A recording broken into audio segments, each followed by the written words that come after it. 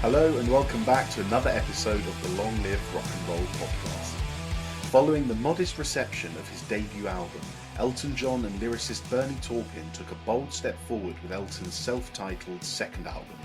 Crafted with sweeping orchestral arrangements, polished production and deeply personal songwriting, 1970s Elton John introduced the world to a sound that would define an artist. With the breakthrough success of Your Song and a collection of hauntingly beautiful tracks, this album transformed Elton from a struggling songwriter into a global superstar. What began as an intimate, piano-led project became the foundation for one of rock music's most enduring and successful careers. Joining me to discuss this album is my co-host, Mr. Felipe Amorim. How you doing, bro? Doing great, all good here by the Thames. Beautiful day despite the cold weather. Yeah, it's a bit chilly at the moment, isn't it? I was saying yesterday to my trainer, I was like, I'm just annoyed now because I don't mind it being cold, but just stick to it. Be cold for a month fully, because we get a week of nice weather and sunshine, and then suddenly it's cold for 2 weeks again. It's like I don't mind, but just make up your mind. I suppose that's the beauty of British weather, isn't it? It's always unpredictable. Anyway, Elton John's Elton John. I chose this album because I felt like Elton John is such a name in rock music, in pop music, that I thought it's almost 100 episodes now. We haven't done anything about Elton John. He's quite a figure and a character.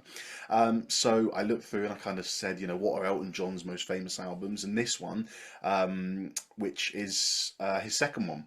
So I'll just run through a few album details quickly, as per usual. So the album was released on the 10th of April 1970 and recorded in January of 1970 at the Trident Studio in London. The genre is soft rock. We can talk about that a little later.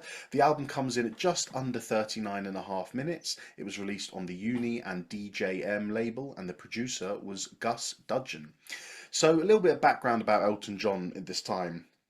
And what I found quite interesting was this little duo he had with a lyricist called Bernie Taupin, isn't it? So him and Bernie Taupin were writing songs for other artists. Elton John was 23 years old, still really kind of unknown, but him and Bernie were writing songs together. Elton was also doing a little session work and essentially writing songs to order, which I find quite funny because we're going to talk about classical music in a bit. And something that opened my eyes about classical composers like Beethoven and Mozart is that they weren't these prima donna artists who were like, I'm going to spend a month writing a symphony. They were paid. They were commissioned by people to write classical music for dances, for events, for great dinners and royalty and this and that and the other. This was their job. And so I just found it funny when I read that thing saying Elton John wrote songs to order for other people. Yeah, it was. He was like I'd like to call that like a proper musician. Like what I mean by that is like you have a lot of people in the business who are artists, right? Yep. So they get a lot of recognition for being like this big personality and writing songs that everyone can relate to, and they can sing really well, all that stuff. But some of those guys never had a music career before becoming artists. There's a huge difference between musicians and artists. You can be a musician and an artist at the same time, but they are two different things. And the thing with Elton John is he started as a session guy, recording piano and keyboards for other guys and writing songs for the label. So there's a lot of artists out there who can't write their own songs, so they hire songwriters. So I don't know which record label he was working for, but Bernie was put in touch with him by the label. It wasn't like a friendship they started in a bar and let's write songs together. It was a professional relationship from the beginning. Yeah. Obviously, they became good friends, but the thing is, the label put them together. Said, look, this guy's got some lyrics. This guy's got some sick melodies. You guys are going to work together so our artists have some, songs to record. Yeah. And then I think Elton was more ambitious than that. He wanted to do his own stuff. But he seemed like he wanted to bring Bernie along with him, didn't he? Yeah, and it's like going back a little bit in his, early music career or even before it became a career, he started teaching himself how to play the piano at the age of 4. It's insane. He was into he was learning on his own. And then when he was, I think it was 11 or something, he passed this program, the youth program at a scholarship program for the Royal Academy in London. So here's the interesting thing. He went to study classical music but he was into Elvis and like rock and roll. So his first band was a blues band. So he got this like, that's why I call him a proper musician, classical background, blues background, and rock and roll. He put it all together. So his piano skills are amazing. He could have been one of the best session musicians in the world. He could be playing for any famous artist out there, but he didn't want that. He wanted to be the artist himself. We'll discuss his piano and his songwriting later. Just to finish off a bit of the background stuff. So the album that he released before in 1969 was called Empty Sky, and it was fine. You know, people liked it. People said it was promising, but it didn't really make a splash, or didn't sort of have an impact so much. And I read a bit that during and after the album, behind the scenes, they were writing these formulaic songs, but they both decided to move away from the commercial aspect of songwriting that they were doing and into something far more personal, and reflective and introspective. And we're going to touch on that in a second. I'll just give a quick bit of musical context in terms of the history of what was going on at that time. 1970, so you have the rise of the singer-songwriter. We saw Bob Dylan at the end of the 60s. I'm kind of scared of those words, singer-songwriter. I know, yeah.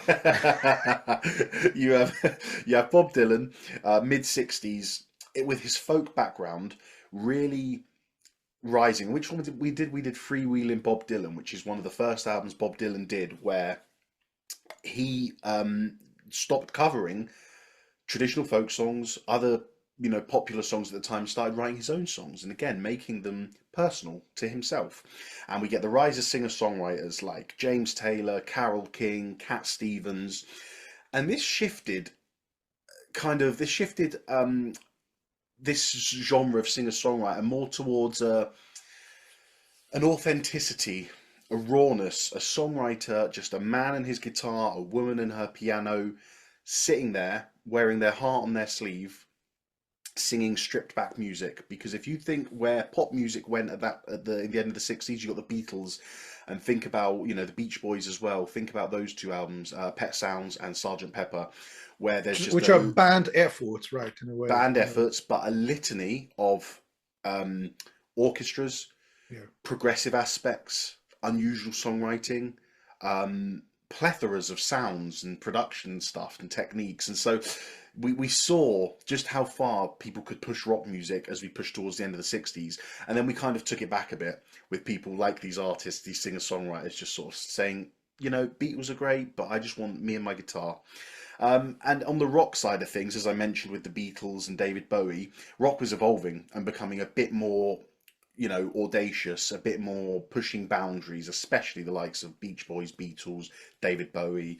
You've got the rise of hard rock with Zeppelin and Deep Purple doing their thing. So that's where it was sort of towards the end of the 60s that the rock side, the Beatles and the Beach Boys, pushed away from the likes of James Taylor, Carole King, Elton John, in terms of where pop music or pop rock was going.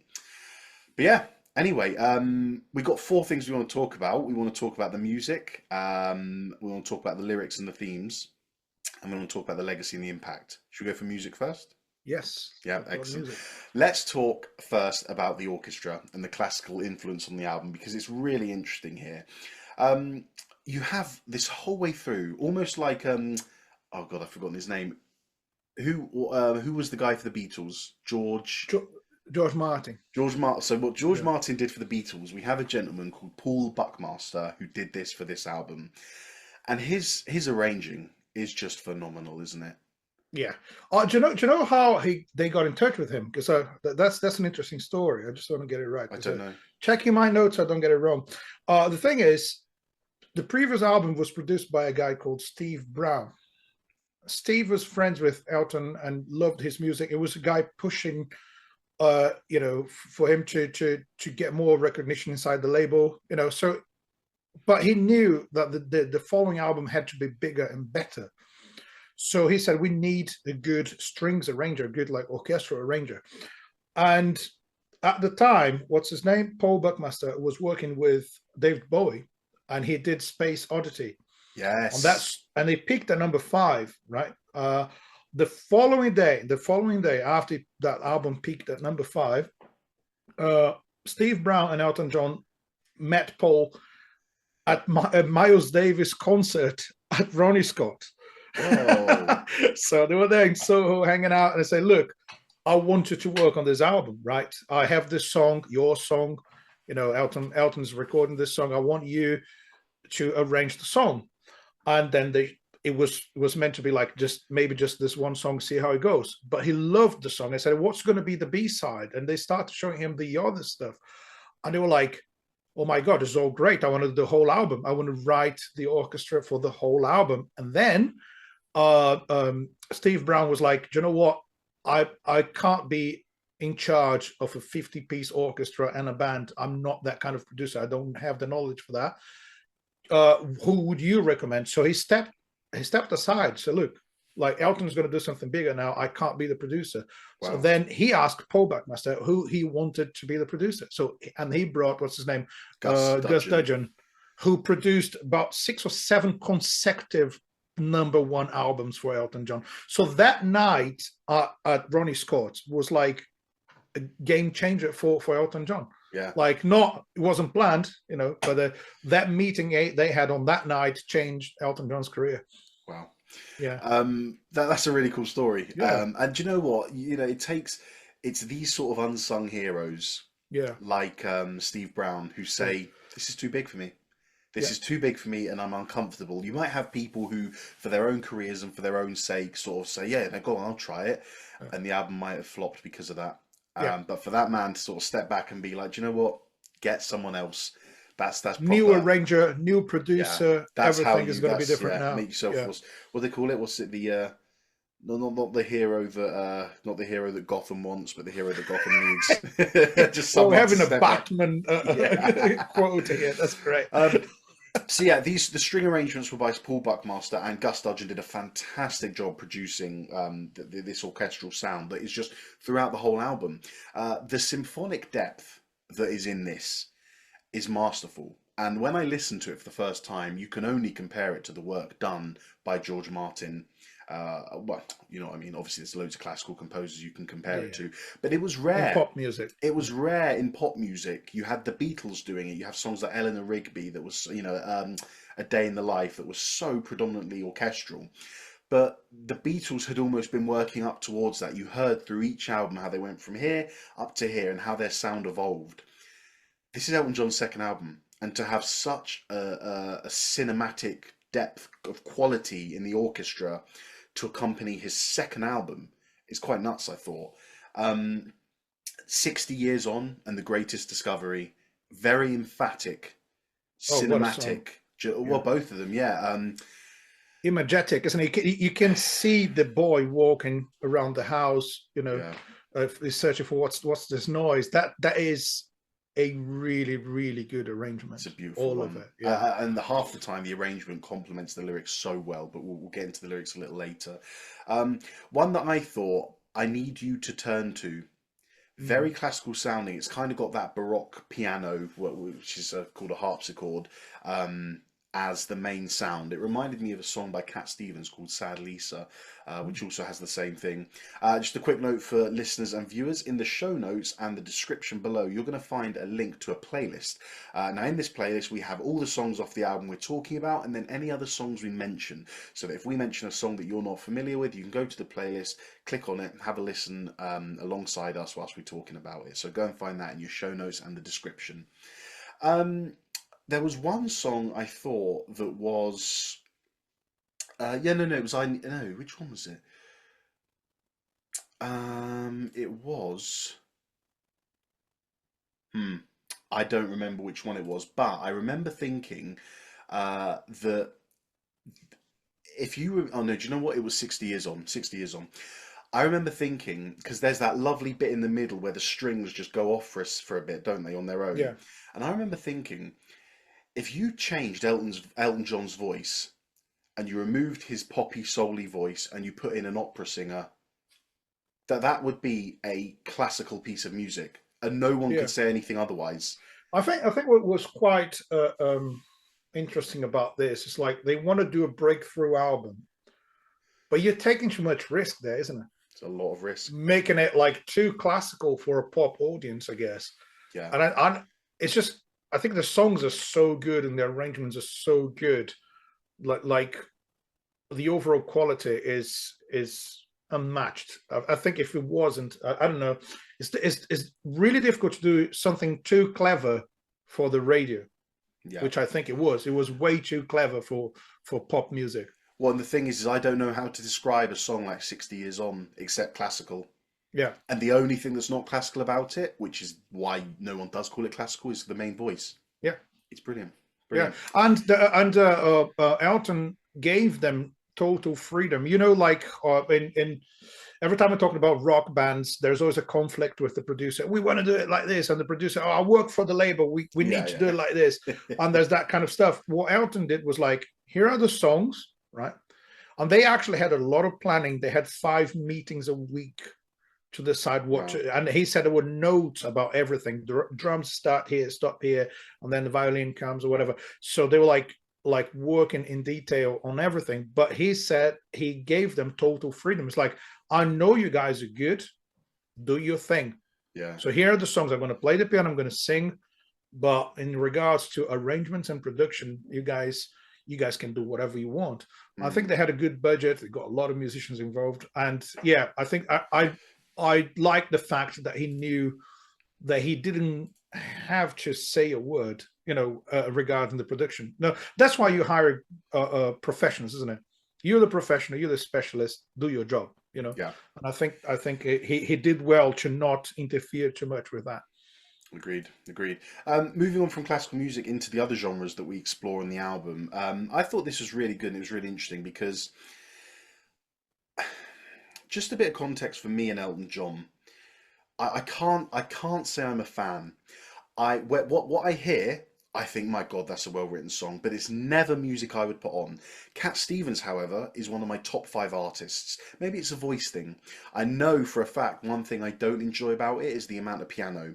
I feel that the amount of piano in Elton John's songs, I feel the piano is such a broad instrument that that you can tell so much of a musical story just from a piano because of all you've got all these fingers to play these notes, and so all of the fingers can do something, and so you're getting melody up top, the rhythm in the bottom, you're getting the chord in the middle. I feel like from what I've heard, it's almost like there's too much piano, but that's just me. But this is not me saying I don't like Elton John. It's that I'd never listened to it. But when I listened to this album, you don't half sit there and think, my God, this guy can write a song. And just to go back to the classical stuff, actually, you said about his classical music training, and Yeah. you can hear it. You can hear it in the chord changes. Songs like "The King Must Die," Yeah. "Border Song," I think is another one where there's Well, the just King these. Must Die is very theatrical, isn't it? It's like Yeah, it's Shakespeare yeah. is about, All of these chord about a play. changes. He just throws in this little chord that you would not expect. It's kind of Beatles-esque, Beach Yeah, Boys-esque. yeah, The knowledge or the talent that this composer has in turning the piece and finding an unusual chord that sits perfectly. And but you have to give that credit to the piano, because if you're sitting writing on guitar, you've got your normal chords, you've got your G, yeah, your D, your A minor, your C. The piano allows you to have a whole plethora more of voicings yeah. and chords at your disposal. And since Elton John was such a fantastic piano player, he Mm. had that under his hands. But I think, And also being able to connect that classical knowledge to popular music. I think in a certain way, almost the opposite of classical music is blues. And yeah. he had, he was a blues player as well. So Well, that's very unusual. I was just going to say the piano style was a mix of rock, gospel, Yeah. and classical elements all rolled into one. I mean, the way he blended these genres really did fit into that rock landscape, and I think it's a testament to how good a songwriter he is. That throughout this album, you hear this fusion of genres that match the Beatles, that match Beach Boys, but he's doing it with like far fewer instruments, Yeah. and only one of him. There's only one of him. I know Bernie was doing the lyrics, but there's only one composer in that sense. Yeah. So massive credit to him. You got songs like "Take Me to the Pilot," which is just complete out and out gospel that I I love. love that. "No Shoestrings on Louise," which was like country and bluesy.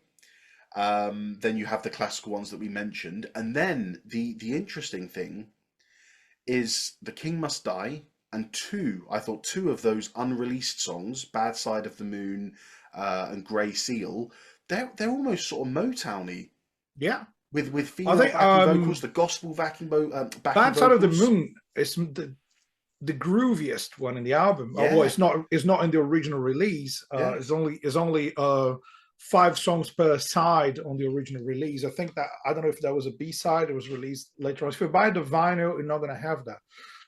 But it's a great song. I don't know why it didn't make it to the Well, first cut of the album. I did have a theory. It's I think it's just drums and vocals at the beginning. Super cool arrangement. Yeah, I did have a theory that the whole album, and we're going to get to this when we touch on the lyrics and the themes, the whole album completely reflects this introspective, emotional, personal struggles, nostalgia, this kind of these themes running through it, themes that are not 100% happy, let's say. Yeah. The 3 extra tracks, I think they're all too upbeat to fit into the album. Yeah, and I it like makes them. sense. I It like makes them, and sense. there's They an would, argument that they're better songs than the songs on the album. yeah, But I don't think they fit in fully. yeah. True, true. I get your point, and it's funny because I like Elton John's like up tempo stuff. Yeah. Saturday Night's Alright for Fighting, Crocodile Rock. I love those songs, like proper rock and roll, piano based rock and roll, up tempo. You're adding to the playlist, isn't it? What a pro. Yeah. For anyone, yeah. What a pro. As I said, any song we mentioned, they'll be in there. Yeah, I love those songs. Like, anything that he writes that you can dance to is great. But also he's got this ability to write melodic structures and vocal lines and stuff. And he's really good with the ballads, which is tricky to have too many slow songs in an album. Even if you're a singer-songwriter or whatever you want to call it, it's not like the safest thing to do is to do a whole kind of introspective album. But he did it so well. I mean, I didn't know much about this album, to be honest with you, and probably there's a reason why he named it Elton John, because I think he wasn't happy with the first one. He doesn't like it. Very rarely plays anything from the first album. I think it was like, okay, let's start again. This album is Elton John. So. Well, talking about starting, let's move on to the next point. And the start of this is quite a statement to start your first, second album, but we've already discussed this. His what we consider to be his first. That's actually his musical personality imprinted on an album. Start your first album with a slow piano-only ballad like Your Song, which is probably one of the most iconic ballads in pop history. Would you agree with that? Yeah, I agree. Yeah, for sure. And it's funny because I always thought of this song as something really cheesy, radio-friendly. I'm so glad that song. Come on, like that's probably his worst song ever. And then I listened to it. It's like, actually, it's pretty good. I'm really glad you said that, because, like I said, my overall attitude to Elton John is, not for me, brilliant, but not for me. Half of that has been done because of Your Song, and that is because that we went through a stage about 10 years ago in the UK where we had this, it was almost a resurgence of this singer-songwriter thing where it was just a piano and a vocalist. We had people like Ellie Goulding. She's one of those that I can pin this on, and she covered this song, and I know it's all right. When someone says they don't like Elton John, I have to make an excuse and I have to justify it, because this is called Long Live Rock and Roll. With Ellie Goulding, I can just say I hate her voice. So it's just also breathy, and it's just like, and you can buy a house where we both can live. And I was like, no, thank you.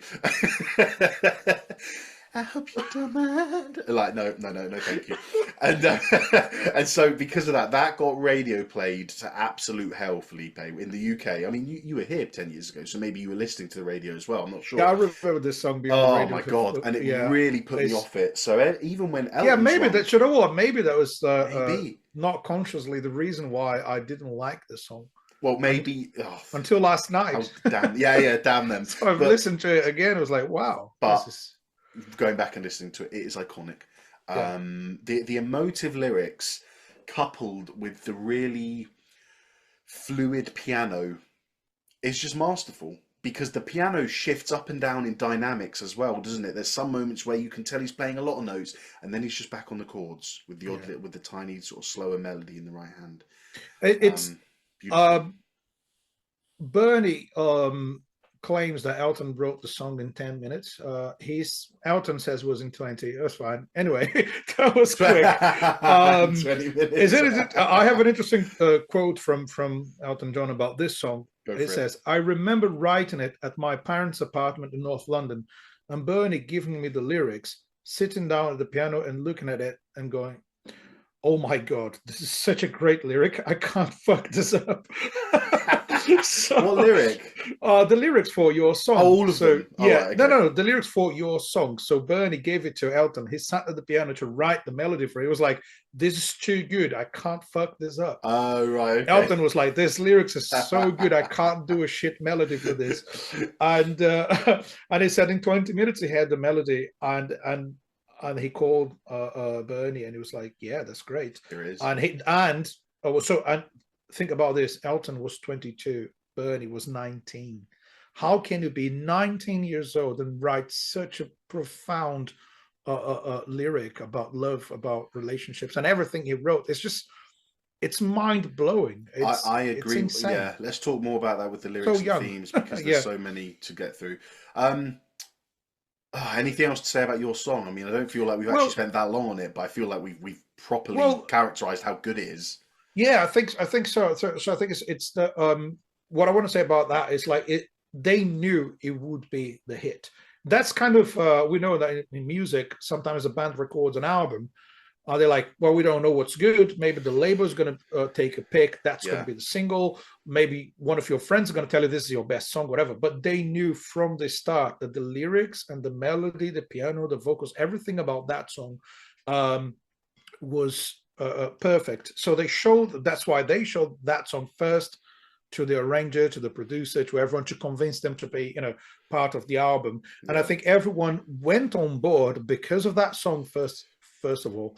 And there was a really friendly environment apparently for the recording sessions, because everyone liked the music. So everyone liked what they were doing. So that is also kind of important, isn't it? You can be there just for the money, but you can be there because you believe you're producing great quality music. And this song was the starting point for everything.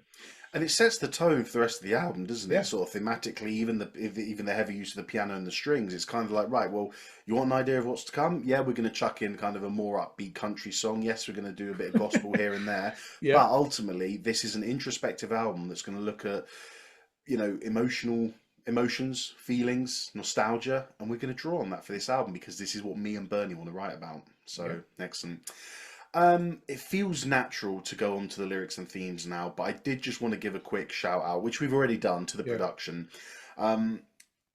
Again, for singer-songwriter records at this time, it was very unusual for such high quality production to be put on. But then again, like we said, Cat Stevens didn't really have a full orchestra behind him most of the time.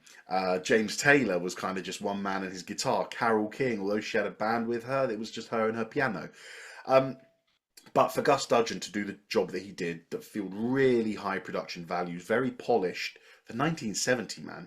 You got to think this is a year after Led Zepp 1, which is a lovely to give an idea, audio, to give an idea, when they went to the studio to record, they didn't have enough headphones for the whole orchestra. So they had to put a tiny speaker close to them so they could hear the music and record on top of it, which is like really, really tricky to do because everything can bleed into the microphones. And it's like, they recorded at Trident Studios. I lived for a couple of years, like just around the corner. So it's when I started reading about it, it's like, it's such a cool location in Soho. So it's this iconic recording studio, and they used to go to the Ship, which is a pub around the corner as well, where they were like, having a pint after the sessions, and then they would eat a curry around the corner. So they were like living this Soho lifestyle, and the whole band would hang out with the producer, everyone, and they would buy records of American music and go to the producer's house to listen to, so like. Wow. People like it's a cool thing to think about, like because when you have a singer-songwriter, as I said, it's not a band effort. It's not like they normally don't work as a team, but these guys were really a really solid team. And you can tell in the album, everyone's done their job to the highest extent. It's brilliant. I mean, the lavish production style just sort of really gives it this emphatic grandeur that I think just sort of I think that's what sets this album apart from the likes of the other singer-songwriters of the time. And this is probably, if you again, we keep forgetting that Empty Sky came before, but if we just forget the album existed, about it. It's Elton like, doesn't like it. It's like if this is what Elton's first, quote unquote first album, he already had a leg up on all of the other singer-songwriters, didn't he? So as they were writing better and better albums, so was he. And he's going up and up and up because he started with such a high production value album. I think it's just done wonders for him, isn't it? Anyway, on to the lyrics and themes. Now, you're normally the lyrics guy. Is there anything you want to touch on first or sort of say? Well, the lyrics are, there's a couple of songs that I found quite interesting in terms of lyrics. One of them is Border Song, which people interpret in a million different ways. Apparently, Bernie said, I'm going to call him by the first name all the time because I'm not quite sure how to pronounce his surname. Taupin. Anyway, Bernie, you're welcome to the show anytime. So Bernie said the lyrics were about Elton's distance from London's music scene. He wasn't part of that. He didn't feel like he was, he was alienated from that. He was a different kind of personality, maybe. So that's what he claims the song's all about, apparently, and but it can be interpreted about, acceptance in a way, like accepting everyone as they are, not judging people, not having prejudice. There's a lot of interpretations to that, and I think they're quite happy with the fact that people interpret the lyrics. One classic case of this in this album is Take Me to the Pilot, right? Some people say it's about a spiritual journey. Some people say it's about knowing someone for real, or trying to find what drives you, whatever. And Bernie said, like, the lyrics don't have any specific meaning. It was about words that sound good together, and he's happy for people to interpret them in any way. Nice. So, and I like that. So some of it, this is a story. I'm going to tell the story. There's no room for interpretation, and some of it is just completely open. I don't think he's a kind of lyricist that does the same thing every time. That's what really impresses me. Elton John could have worked with any songwriter in the world, any lyricist in the world. He picked this one partner and they worked together for an entire career. Think about this. You can write in partnership with anyone. You're the biggest star in pop music. But you said, you know what? This fella here, no one can write like him. I don't need anyone else. They managed to do that for decades, like, many consecutive platinum albums. And it's insane. So again, about lyrics, what's the one? The Great Discovery. I love that one. That's the one there's a bit of a mystery, but there's no interpretation. That's a story. That's proper storytelling. So it's a young boy who has a newborn brother, and his parents are about to tell him. What a story. What a beautiful story. The way they tell it, and it's only at the end that the boy understands what's going on in the house. But the thing is, as I said, the orchestra plus the melody and the lyrics all together makes you see the house through this boy's point of view. I imagine myself as that young boy running around the house looking for what's going on, what's this noise, and then you find out you have a brother. What a song! It's so beautiful, isn't it? Really, I mean, there's quite a. Again, like I said at the start, there is a mix of there is a variation of whether we can call this a happy album or an emotional album or a sad album, because there's loads of I've kind of categorized it into 4 different categories, and the one you're talking about I've gone for is nostalgia and childhood, and I think another song that links into that is 60 Years On. First Episode at Heinton. That song's about revisiting childhood memories, and I look at that and I think, along with what you said, to write a full song about the birth of your brother was so beautiful. When you get to those final lyrics, when you realise, when you listen to the song for the first time and you realise, oh, it's his brother, it's his new baby brother. It's almost like the pennies dropped. It's like a twist in a movie. You're like, oh, I get it now. Some of the other, and it's a great discovery when you're a child. yeah, You know, yeah. like it's amazing. It is. There a are more of great us. discovery. Yeah, There's more children. Yeah. A few of the others ones I've sort of categorized is I've got on the negative side, you've kind of got a bit of insecurity and self-discovery. Now, Elton John didn't come out as bisexual until 1976, so you have to think and you have to wonder. I should say, did he already know? I'm sure he did already know.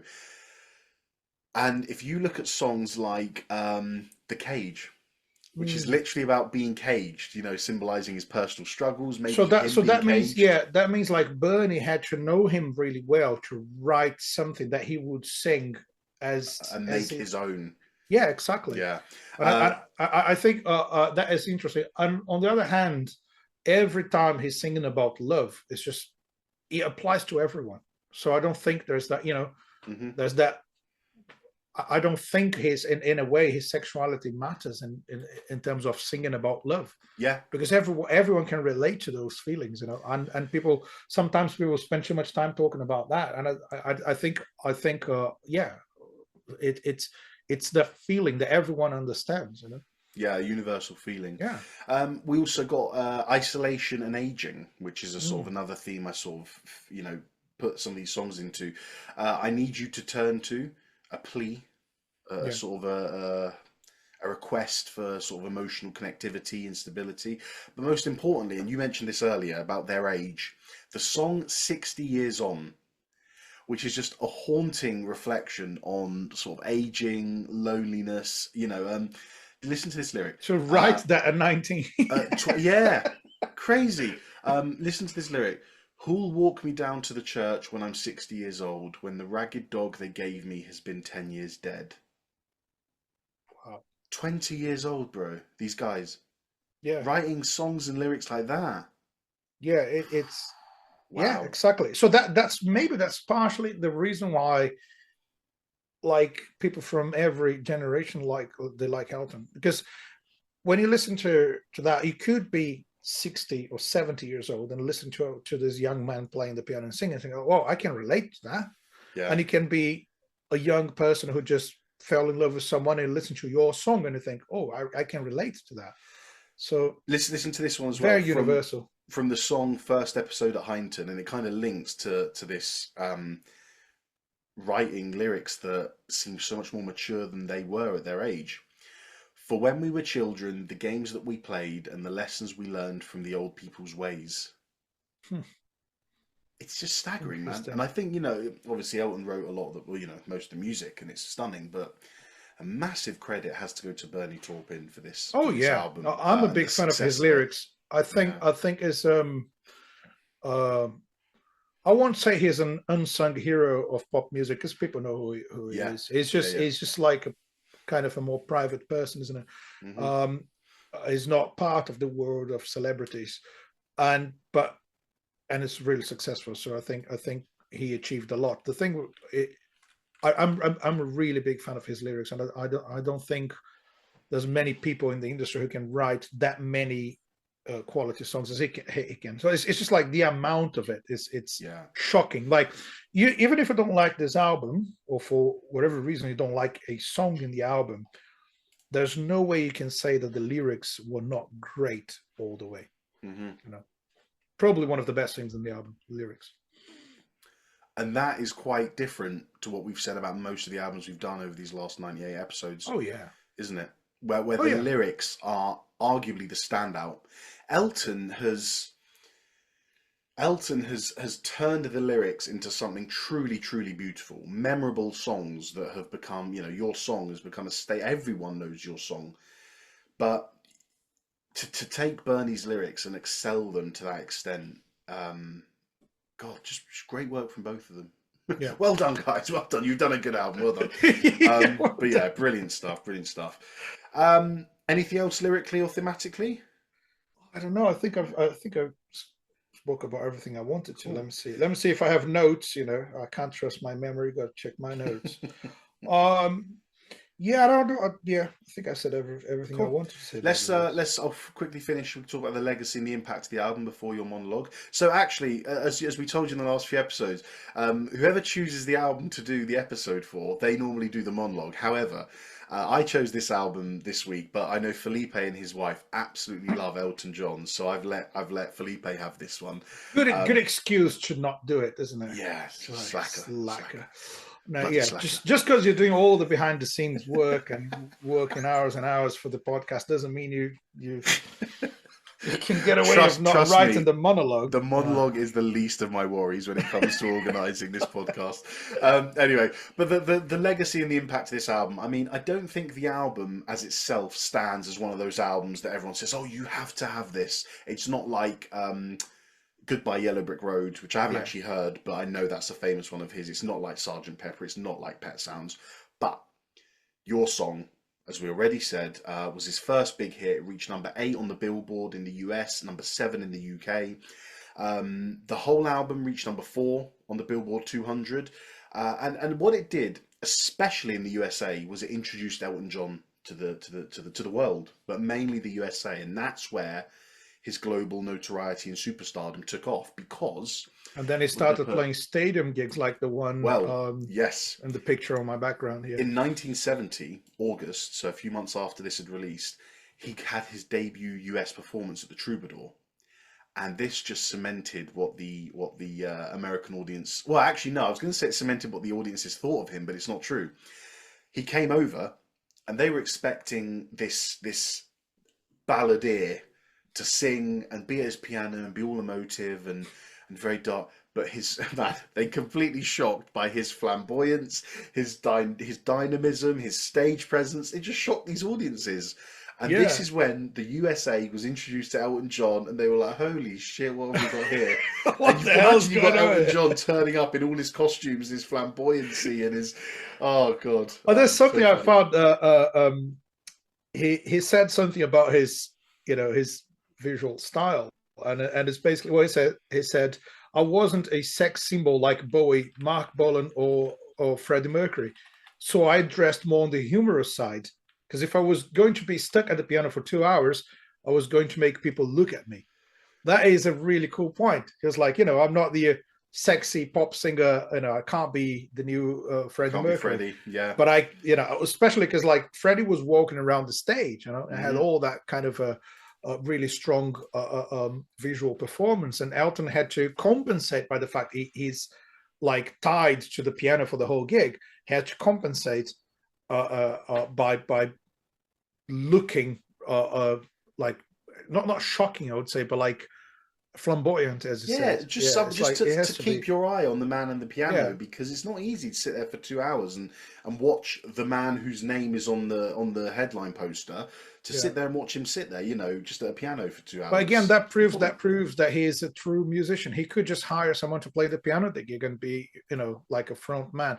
But he is a musician. He's got to be there playing the piano. So that is his thing. I saw him live. His last You saw him a year ago?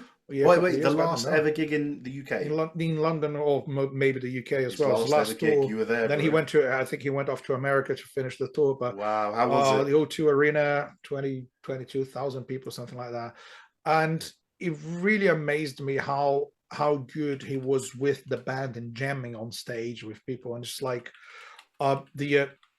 they improvise a lot live. It's super cool. Again, true musician. His piano solos were great. Everything he did, and he seemed to enjoy the performance quite a lot. He was happy and was really thankful to the audience for the whole career, for everything. And I find him a great live act. He's just unbeatable. Well, I actually just quickly googled the set list for the night you were there, and 23 songs. At his age. Long. Yeah, and some of them had some long instrumental sections with the whole band jamming.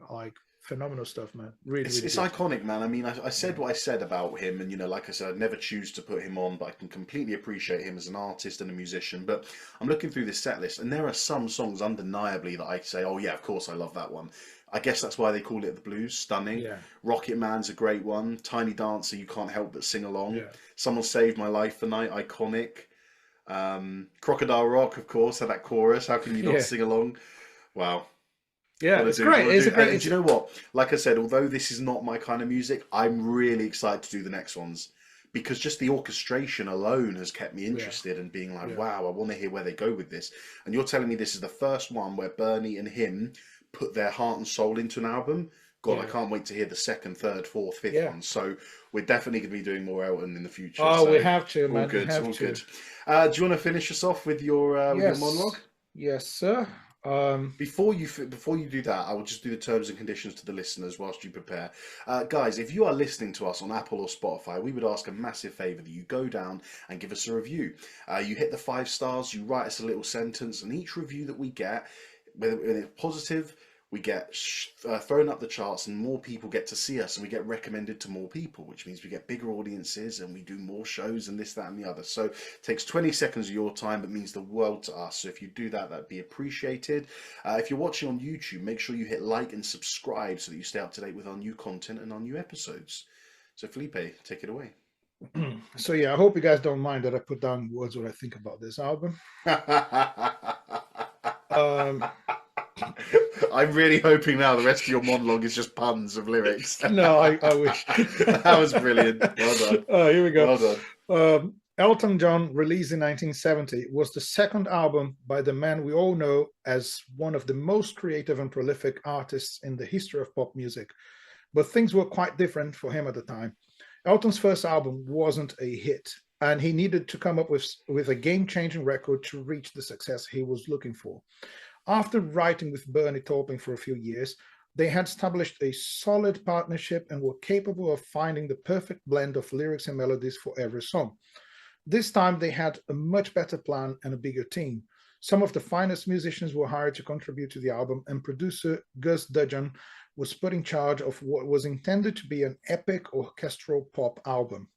With some songs based on the funky beat of the band and others completely dominated by classical instruments, the album sounded more diverse and ambitious than any other material produced by pop or rock artists at the time. But all of that started with the most important thing in music: great melodies and lyrics. Bernie and Elton's demos for this album have impressed every single person involved in the recording, and they all knew the result would be fantastic. The very first track in the album has changed Elton John's life and career forever. Your Song is the perfect pop ballad with emotional lyrics describing young man's love with sincerity and a little bit of self-doubt.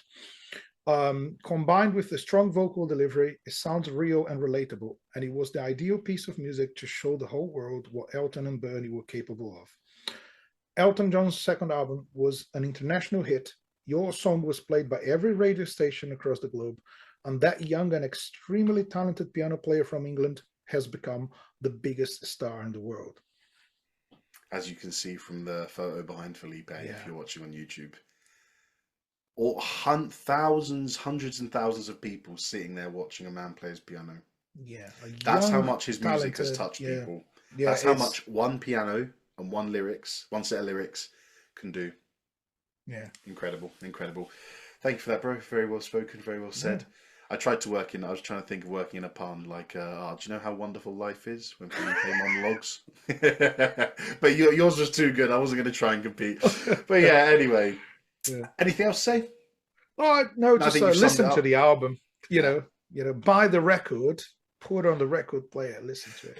Check out the final 3. So do you know what? I will add them to the playlist. The 3 extra songs from the deluxe edition.